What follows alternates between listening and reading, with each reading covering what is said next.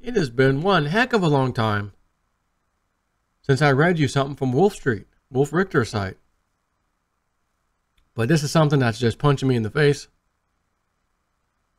Totally worthy. The guy writes good articles anyways. Not that he's just some article writer. I'll write articles. No, he's covering global things, important things. Credit card delinquencies spike past financial crisis peak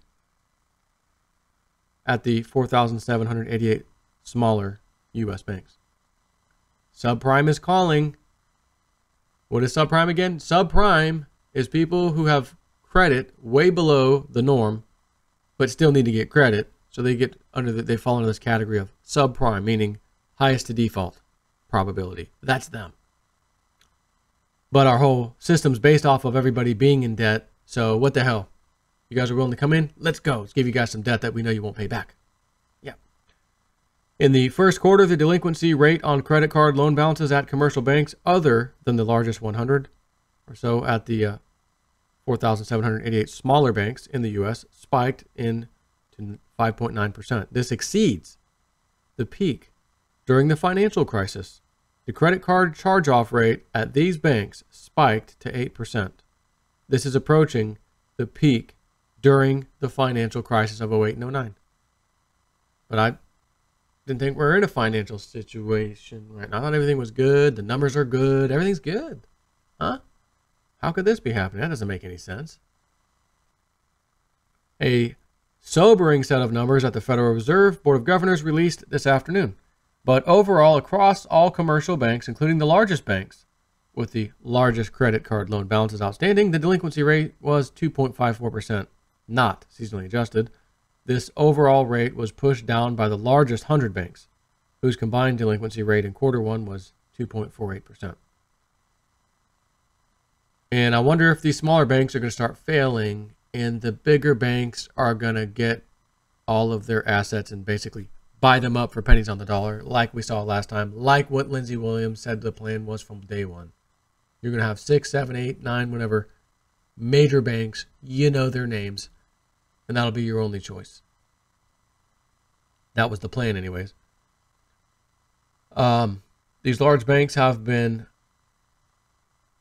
offering appealing incentives to customers for years, and they've been going after consumers with the higher credit ratings, and they've been following good underwriting practices, having not yet forgotten the lesson from the last debacle, and this conservative approach is now helping to keep losses down. But the thousands of smaller banks couldn't compete with those offers, and so they got deeply into subprime cloaked in sloppy underwriting. In other words, yep, I'm the underwriter, this person's good for it. Thanks, give me my commission. All right, next, this person is definitely worth it. Thanks, signed off, give me my commission, thank you. When in reality, they didn't have a job, they lied about their job, you did no due diligence whatsoever on them, you signed off to get your effing paycheck. Tell me if you ever heard this before. It is hard for a man to tell the truth when his paycheck depends upon him not telling the truth. I don't get commission, I don't get money, I don't eat. My house goes into foreclosure, I lose everything, my wife might divorce me. Yeah, come on, you're approved. You are approved. Next. Thank you. That's how that works. This way they were able to but the thousands of smaller banks couldn't compete with those offers, and they got deeply into subprime cloaked and sloppy underwriting.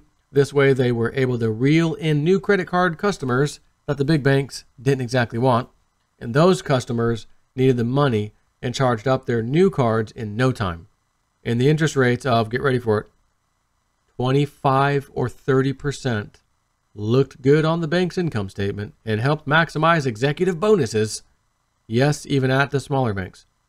But it turns out those banks had reeled in the most fragile customers and had eagerly doused them in irresponsible levels of debt at usurious, say the least, interest rates. And now what? These customers won't ever be able to pay off the balances or even pay the interest. For many of them, there's only one way out. This caused the delinquency rate to spike from 3.81% to 5.9% in just 3 quarters. And if you want to see it on chart wise, This chart shows delinquency rates for the largest 100 banks, blue line, and for the remaining 4,788 banks, red line.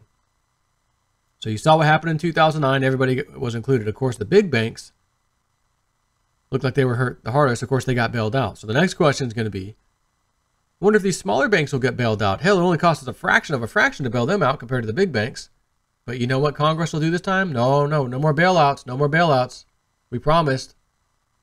Well, what about the banks, these poor banks? Well, we'll just shotgun Maria them off to the big banks. Big banks will step in and pay pennies per dollar, pennies on the dollar for the banks.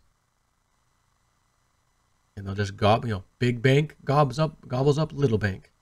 Big fish eats little fish, just like Lindsay said was the plan.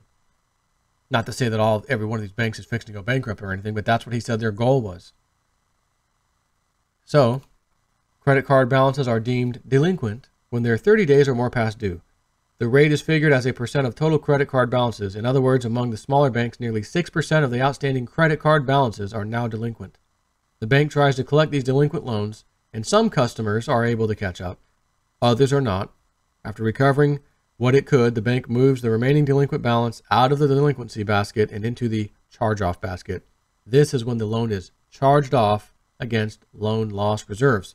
These charge-offs among the largest 100 banks rose to 3.37% in quarter one, not seasonally adjusted, the highest since first quarter 2013. But among the remaining 4,788 banks, the charge-off rate, when they get rid of them finally, 7.99% it spiked to, the highest since quarter two 2010. The rate among smaller banks had peaked during the financial crisis in quarter four 2009 at only 8.78%. So it's actually, right there basically. Both charts that show that the largest 100 banks had suffered massive losses during the financial crisis as their credit card loans blew up, and as consumers, many of whom had lost their jobs, could no longer keep up with the credit card debts. Smaller banks had been more conservative leading up to the financial crisis, and their delinquency and charge-off rates had been somewhat less catastrophic. The difference between then and now is that back then, unemployment was heading towards 10%, and millions of Americans had lost their jobs. Although they said millions of people. Whatever. I'm sure it was millions of Americans too. Now the unemployment rate is near historic lows, at least we're told, right? And the economy is humming. Yet already the smaller banks are booking these losses on their credit card portfolios. What will they do when the economy slows down? That was a rhetorical question. In the overall scheme of things, these 4,788 banks, smaller banks, hold only a small portion of all banking assets, including credit card balances. Of the $1 trillion in credit debt outstanding, these small banks only hold a fraction. So they won't jeopardize the U.S. financial system. And that's why the Fed, as banking regulator, is relatively sanguine about these dizzying charge-off rates at the smaller banks. But the surge in charge-offs at these banks point at something fundamental. Credit problems at the margin. The consumer spending binge in recent years has been funded not by surging incomes at the lower 60% of the wage scale, where real wage stagnation has reigned, but by borrowing, particularly via credit cards and auto loans. They now have, I think someone told me, a 97-month loan. Someone showed me it the other day. Joe, there's a 97-month auto loan out there now. Can you imagine?